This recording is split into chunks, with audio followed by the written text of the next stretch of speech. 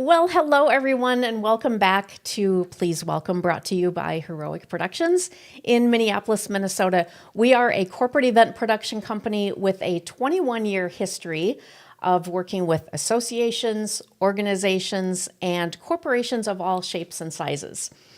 The AV work that we do can seem complex to many, but partnering with Heroic ensures that our clients can focus on their events while we make sure that their important messages are seen, heard, and remembered. That's what we love doing here at Heroic.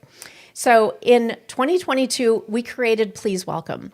And every month we sit down with really interesting people, sharing stories and inspiration, and we are very excited to dig into this conversation today. We are going to talk about unlocking creativity.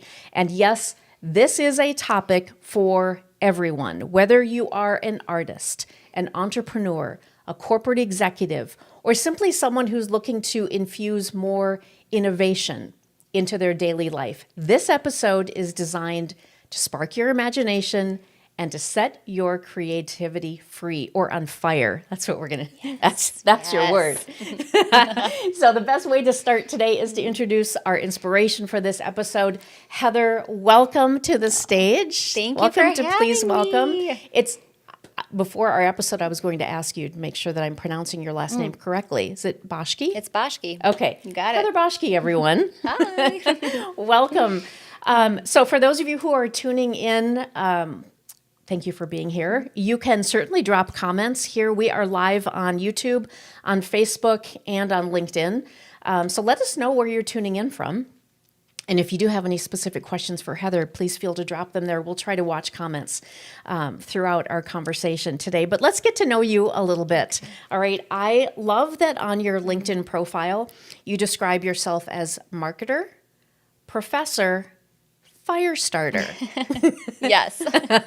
All right. I love that. Tell us a little bit about your background. Yeah, so I'll just kind of dissect each of those things. So marketing is what I get paid to do. And I fell in love with marketing my freshman year of college at the University of Wisconsin-Madison. And I never looked back. When I learned that I could make money helping companies connect to their customers, I just thought, I'm going to do that. And that's what I've been doing. And so I absolutely love marketing. And then the professor part, I've been teaching for 17 years at Metro State. I teach an undergrad marketing class. Okay. And I hope to give the gift that I got in my undergrad. And so I'm hoping that other students fall in love with marketing the way that I did. And then the fire starter, I love sparking things in people, whether it's joy or curiosity or inspiration, because the sparks that I've received in my life have been so transformative. And so that's the fire starter So part. you're just passing that on wherever you can. Yeah. And isn't that, that really is kind of central to marketing too. Absolutely. That's basically what we do as marketers. Yes. Marketing, so if marketing is the bridge between a company and a customer, that spark, right? That's exactly what marketing is. That's a great point. Yeah. So one of the reasons, as we think about who we bring onto the Please Welcome podcast or stage, we always want there to be some sort of connection between, what they're doing and what we do here as far as how it relates to our audiences. And so the way that you talk about fire starting, sparking creativity, that applies, it became, it sort of clicked for me because that's what we do in corporate events too. And when you're trying to infuse excitement and get people interested and engaged in a corporate event or a fundraiser or whatever it might be. Yeah, that's so good. And everything you guys do is so highly creative. Yes. The way you solve problems, the way you light up a corporate's identity with an event that just makes the experience ring true to their values, that takes a tremendous amount of creativity. So I think here at Heroic, you guys are also unlocking creativity in lots of different ways. Yes, every day. So for those of you who are listening, our network that is heavy into meetings and events, this is for you. But again, as I said at the beginning, this applies to everyone. So we know that everybody tuning in today will take something away. So let's talk about you as a marketer. Okay. You created Vogel Ventures, Yes. right?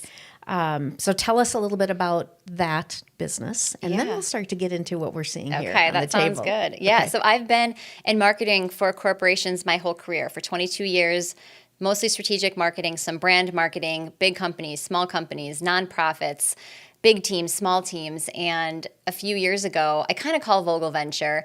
Vogel means bird in German, by the way, which speaks to my strategic kind of bird's eye approach with clients as well as tactical planning. But a few years ago, I was looking for a job like I've done my whole career when conversations were happening and it would end with people asking me, could I help them with strategic marketing or a marketing campaign or project? And so I saw work kind of showing up in a different way. And so I like to call Vogel Venture the experimentation of the experiment that really has gone quite well. Like it was not the plan. I never set out to become an entrepreneur. It's just I went where the demand was, and it was clear that there was a different path being lit up for me. And I just thought, why not try this? Why not try this? And if I don't have clients in 6 months, that is okay. I know how to get a job. I will go do that. And I'm in year 3, and I'm still waiting for those 6 months to happen. Good for you. So a few of the things that you just said that jumped out at me, why not? Yeah. Right? I love that question. And a Yeah. lot of times, when we're saying that to ourselves, why not? Sometimes you just have to take the leap Yeah. of faith. Yeah, I think for so long, I mean, I am a recovering perfectionist, recovering type A overachiever. I think there's a lot of people that can identify and relate to that. And for so long, I played by the rules that I thought existed for me to earn the gold stars. And I did a lot of the things that should have gotten me those gold stars, and those gold stars didn't really feel that great. And so it just felt like, you know what? I've lived my life kind of in a box. Maybe it's time to explore outside that box. And also, I think there's something about being north of 40 that kind of gives you a little bit more courage, because TikTok, no one knows how much time they have. And I'd hate to live with regrets of what could have been. Yeah. Wonderful. So you have a diverse background. Yeah. You are, your education was marketing. You jumped right into marketing careers. And I'm intrigued by people who help both small and medium-sized businesses, because sometimes those medium or small business owners might look at medium and larger size business practices or strategies and say, I can't do that. We're not that big. How do you address both? You know, the one thing working in both size organizations, I mean, the big difference is budget and people. I mean, that's always going to be the biggest difference. But the one thing that remains is the importance of marketing foundations. You know, if marketing, is the bridge between a company and its customers, there's many different ways to cross that bridge. But that bridge needs to be constructed and made of things that last. Things like, what is your brand message? What are your values? What's your value proposition? Why are you unique and different? And why does that matter? And so that foundation, a lot of times small and medium-sized businesses, they haven't thought about that. They're like, tell me about TikTok and how do I launch this campaign? And I'll look at their website and it's like, wait a minute, what you're telling me you do and what's showing up on your website are two different things, or the way your employees are talking about what you do. We need to get the messaging straight. And so that's been sort of the biggest aha, is that foundation, regardless of size, needs to be there. And with small companies, what's fun is that there's a bigger appetite for risk taking. They can make decisions much quicker. And I sort of love a smaller budget. Like there's a challenge with that, but also a smaller budget, it helps you make decisions quicker because it's clear where you need to prioritize and where to start spending money versus a larger company. You can do all the things. And so sometimes that decision making is easier with a smaller budget. Love it. Okay, so you're trucking along. Vogel Ventures is doing everything that you're wanting it to. You're realizing this, and then COVID happens.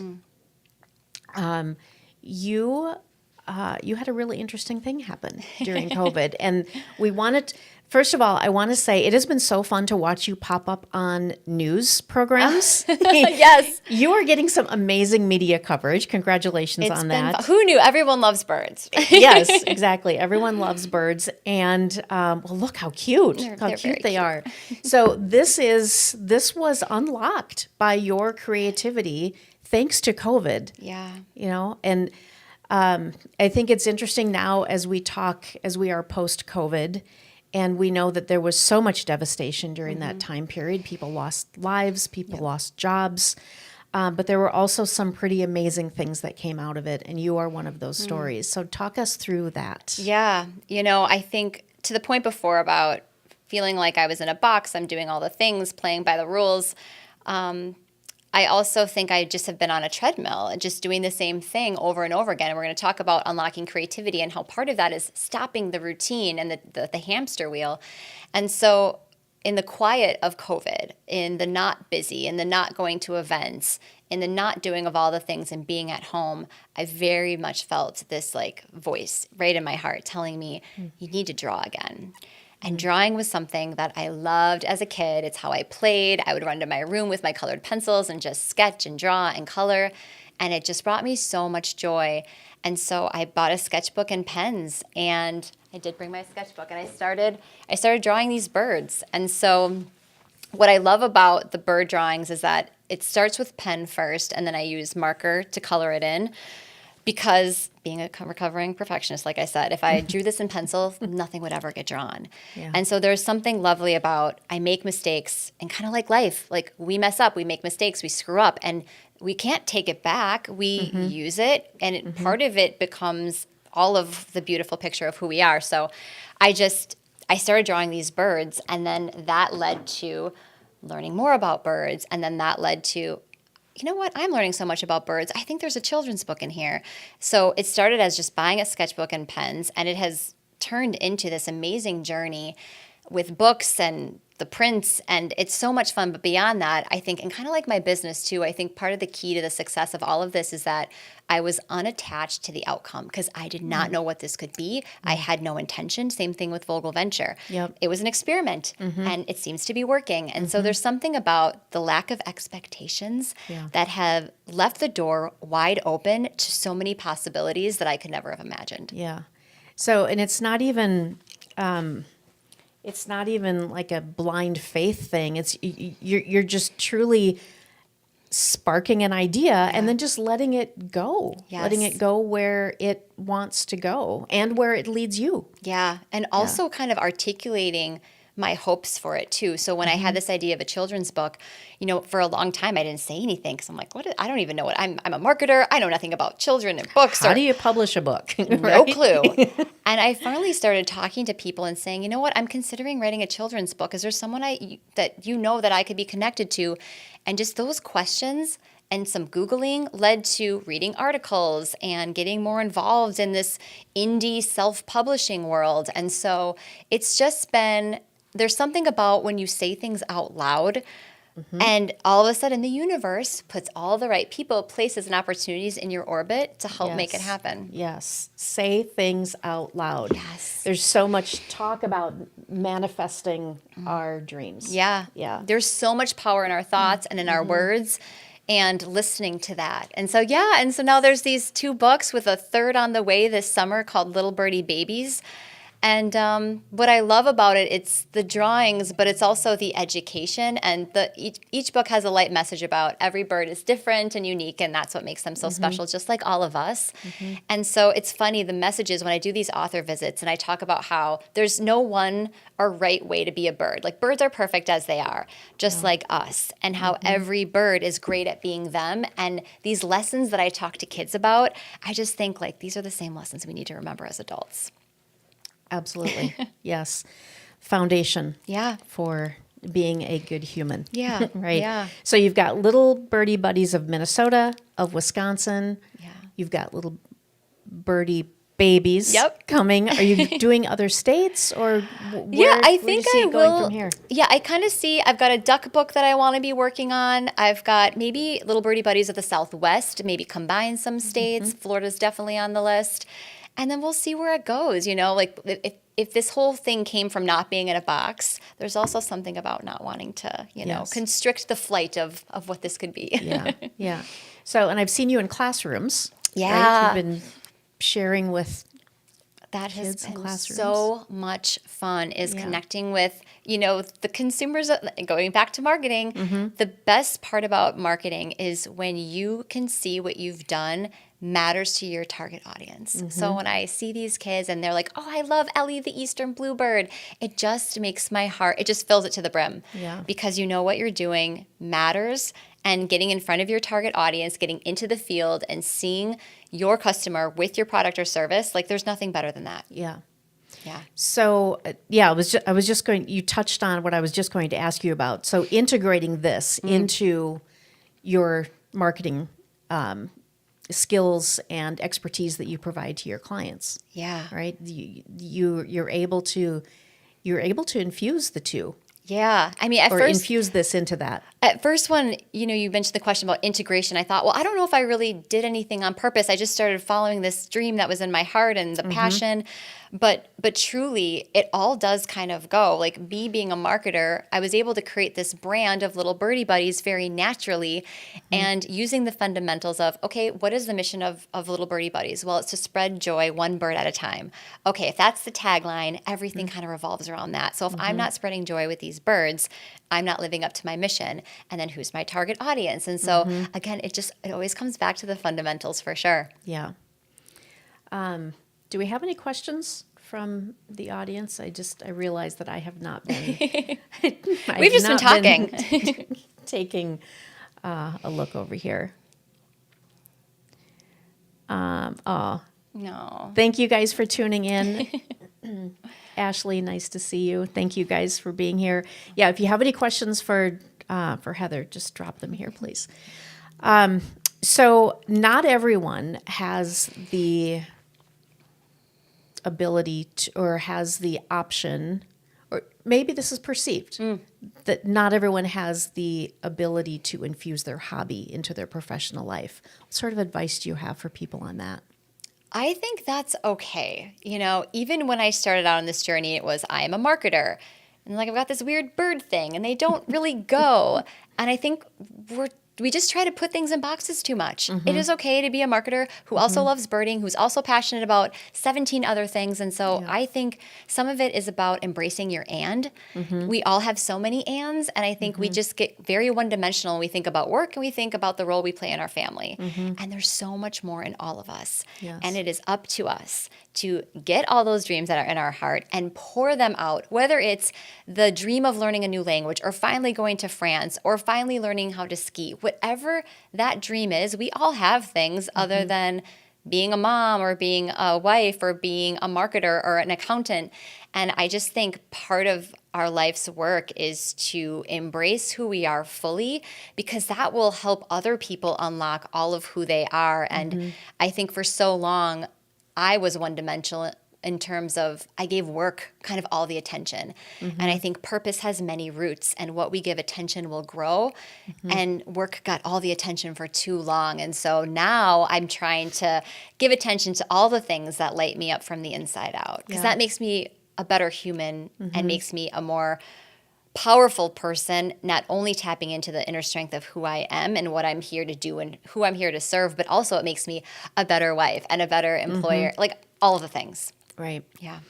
I think so the title for our session today is Unlocking Creativity. I think there are people in the world who would say, yeah, I'm not creative.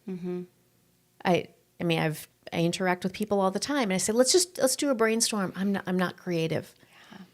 What's your perspective on that? Absolutely false. Absolutely false. I think that's one of the biggest misconceptions is that creativity is reserved for artists and performers and musicians. There are so many ways to be creative. Like how you put an outfit together, how you style your hair is creative. Cooking, think about cooking and adding ingredients and putting your own spin on things. That's wildly creative. How you approach a problem, gardening, how you arrange a shelf. Like there's so many ways to be creative. And I think it's something that we are all born with. And in these author visits, when I go to these classrooms and I'm talking to the kindergarten, first and second graders, and I always ask people, I said, okay, raise your hand if you like drawing.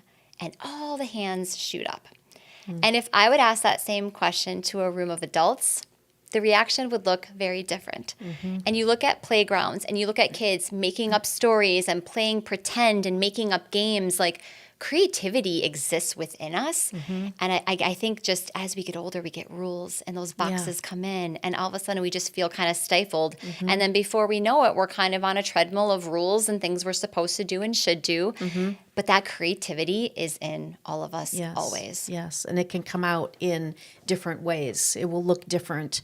I notice it when I sit down with like a designer, as an example, and we're problem solving. I will sit and write lists, and they will sit and draw pictures. Yeah. And we're both processing, it's just coming out in a different way. Yeah. But it doesn't mean that I'm not creative just because I'm not drawing pictures. Yeah, absolutely. Okay, there's something else that I was going to say. Oh, and also, so piggybacking off of what you just said, when we're young, we have this unbridled ability to dream and play and make things up and dream and all of that. And you're right, as we get older, we get put into boxes and maybe we get a little jaded here and there, life. Yeah. But this is also one of the reasons why I think the most successful companies are companies that have a spectrum of the 20-somethings all the way up. Yeah. Because bringing all of those generations together creates the best outcome because you get both. Yeah. You get both of those things. Yeah. Oh, that's so good. And what I love about that is that every generation, different perception, different way of approaching problems. And I think that's also part of creativity is that there are so many ways of finding so many different answers. And I think that's where, our education system maybe does us a disservice because we're taught there's one answer and one way to get there. Yep. And the reality is there's so many ways of arriving at so many different answers, and the different generations and the way they approach things is a beautiful way of bringing that together. Yeah. Yeah, we need to keep these things in mind for the leaders out there, for the emerging leaders as we're building teams and creativity also, it means independence and autonomy in some ways, right? Instead of saying, do this way, when you give someone the creative freedom to do it how they want to, like you're empowering your employees, they're going to feel more lit up, they're going to be more engaged. So bringing creativity in the workplace is such an important way of helping people realize that they have the answers and they can figure it out. And nobody wants to be told what to do all the time. Right. Yeah. Do you have any, what are some tips or methods for bringing creativity out in people in the workplace? Well, you got to get away from your desk. There's a stat that less than 20% of creative ideas happen when you're sitting at a desk. We have got to get away from our screens. And that's what I love about nature is there's so much inspiration all around you in nature. And so getting away from your desk is number one. I think also unproductive time, which is counterintuitive, especially in the workplace. But think about the times you get your best ideas.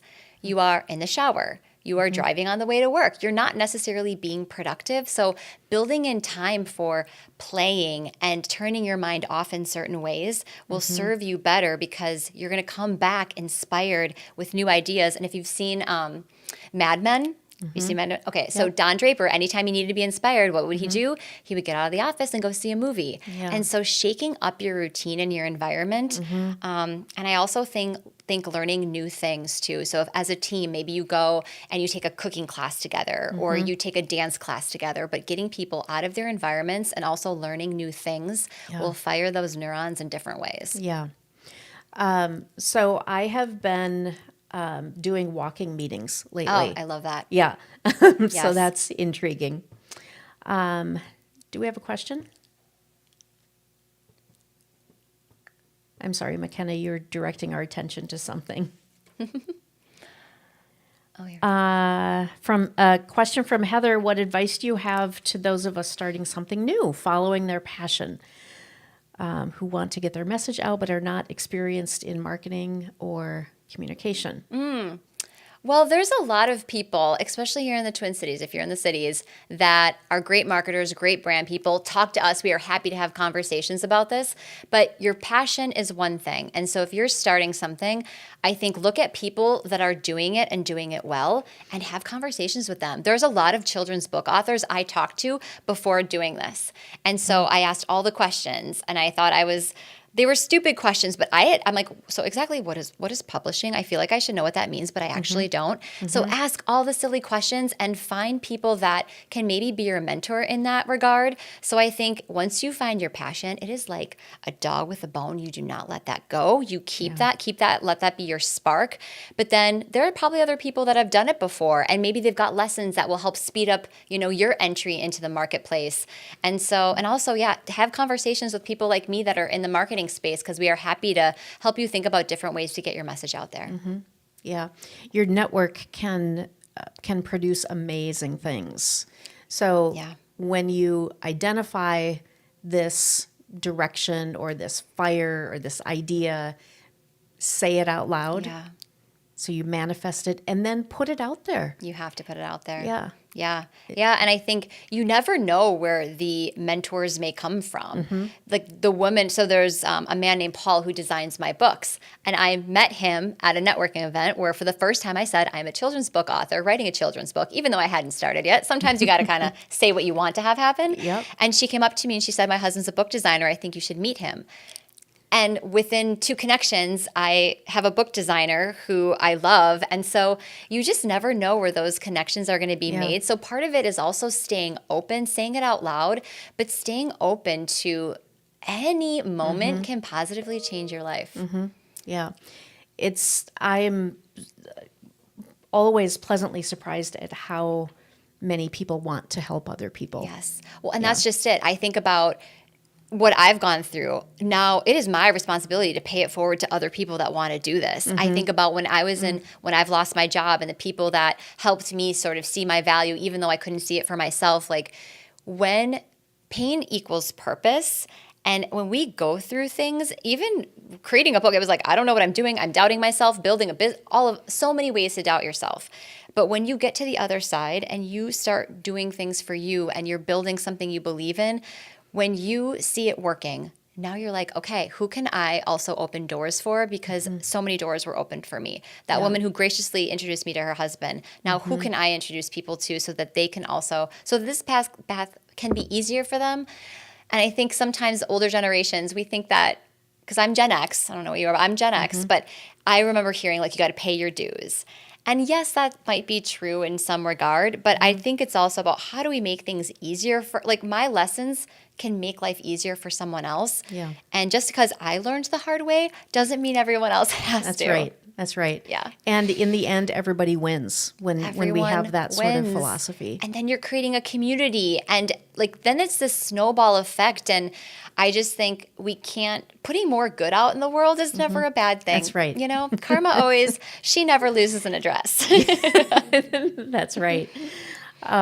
We're getting some really nice comments here from the chat. Thank you guys for being so positive and encouraging. That's exactly what we wanted this session to be today. There is so much creativity out there that just needs to be unleashed. And, those of us who work in creative industries like marketing, we see it every day. We are immersed in it, but we also know that there can be more out there as well. And that was one of the reasons why we wanted to tell your story. We want to be able to help you spread the news of the birds. We love calling you the bird lady. I love being called the bird lady. It's my favorite title ever. So how can people connect with you?